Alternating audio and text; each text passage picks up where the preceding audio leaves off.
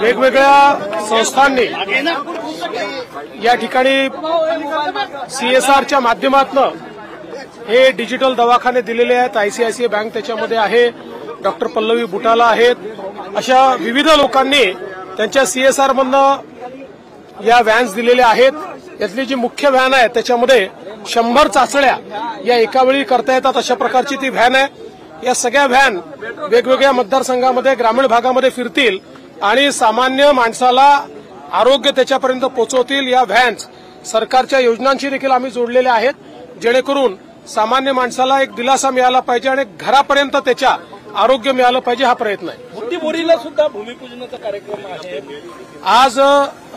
2 महत्वाचे भूमिपूजन आहेत, त्याच्यावर तिकडे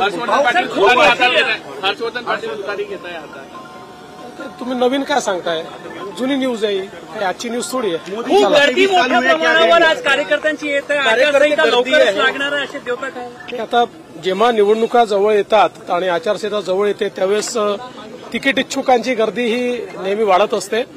त्यांचं जे काही म्हणणं आहे ते आम्ही ऐकून घेतो। मोदी जी को 23 साल हुए, क्या कहेंगे? भाजपा लिस्ट देखिए,